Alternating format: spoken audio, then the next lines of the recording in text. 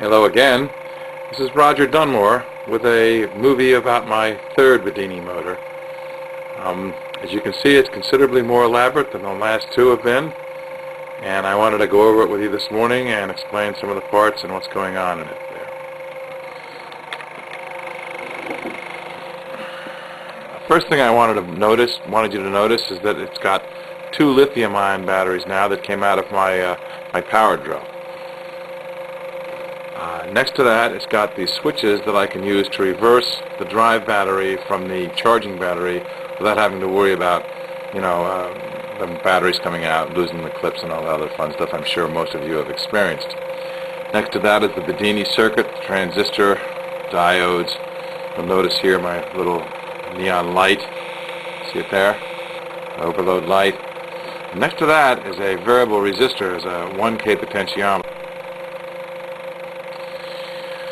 This is the coil that I took out of my very first Bedini motor, and it turns out that that's the most efficient coil that I have, mostly because it is short and fat. This was explained to me by Mr. Lindsay Keck, a good friend of mine who is quite the electronic person. And then this is the new wheel. I'm going to stop the wheel right now by turning the switches to a neutral position and then taking my hand and squeezing the shaft. It has 7 rare earth magnets around the circumference. And I'm going to start it up again now, and when I do that, I'm also going to turn the rheostat all the way down, and then we're going to direct our attention to the oscilloscope. So we'll get this guy started first. Spin it up, close the circuit. You'll notice that while it's going very slowly, and I'm going to try to get as close as I can to the oscilloscope so you can see the wave. Now, as you can no doubt hear, the wheel is now going very, very slowly. And that's the square wave of the oscilloscope. Now, as I begin to wind up the rheostat, see that it breaks into this form here.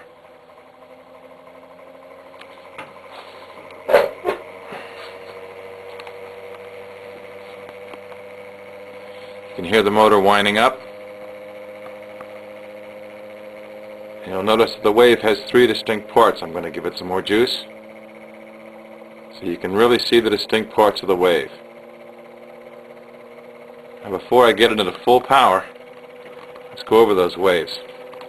As near as I can ascertain, this middle part of the wave right here, this is where the magnet is coming past the coil. This wave in the negative range is where the magnet is going away from. I've turned the overhead lighting off so you can see a little more clearly what this wave looks like. I'm going to continue to increase the power on the potentiometer.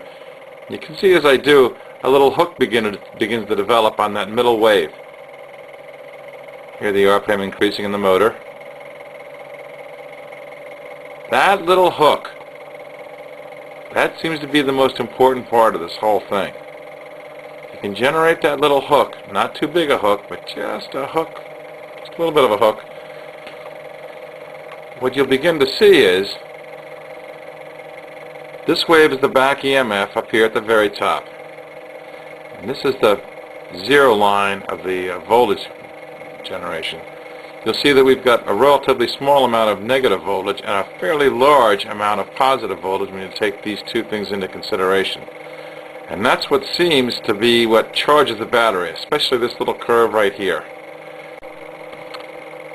That little curve up at the top, which represents the back EMF, that wants to be as vertical as possible. And when we turn the rheostat all the way up,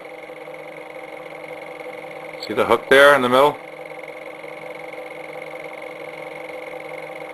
You can hear the RPM increasing still more.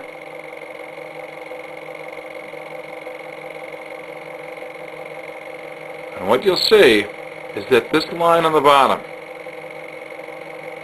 which is the negative voltage, is actually about 2 centimeters shorter than the 2 lines together on the top. This is about 6, and these two together are about 8 when you measure it on the horizontal scale of the oscilloscope. And when you're into that situation, what seems to happen is it charges this battery, the secondary battery, very, very nicely. And you can run like that for quite a while. you'll notice that significant hook that's on that center wave. Those three waves together, this wave, and this wave, more correctly, magnet coming towards, magnet going away, back EMF. That's what makes up the waves that are being generated in this coil. Now, I wanted to point out also that the way this is hooked up is, I'm going to stop this. I wanted to point out that the way the oscilloscope is hooked up is it is hooked to the secondary coil, the secondary winding of our coil. The coil is made out of a 22 and 26 gauge, and the oscilloscope is attached to the two poles of the 26 gauge secondary wiring.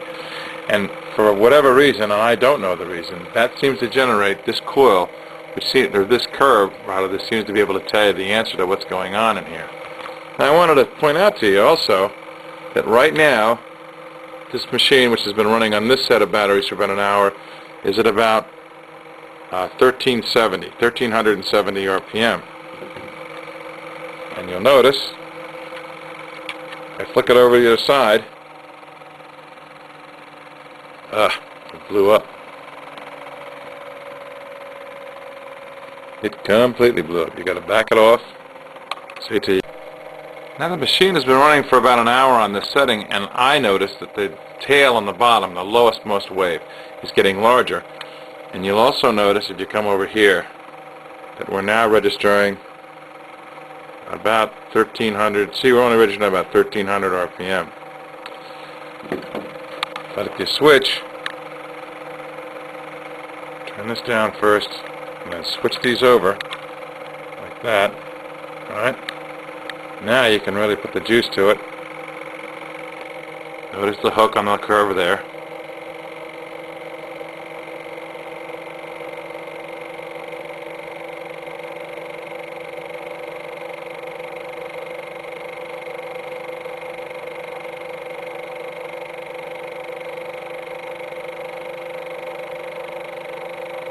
You can hear it getting faster and faster.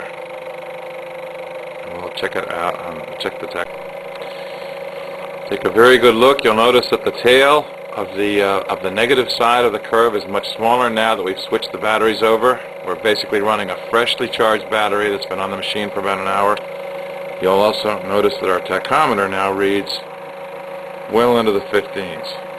1577, 1576 right in there. So it's pulling way more RPM. And it'll sit like that for about an hour, and in an hour's time it'll drop down, probably drop down into about the 1450 range. And the other side of the battery will be completely recharged, and then we can flip them over again.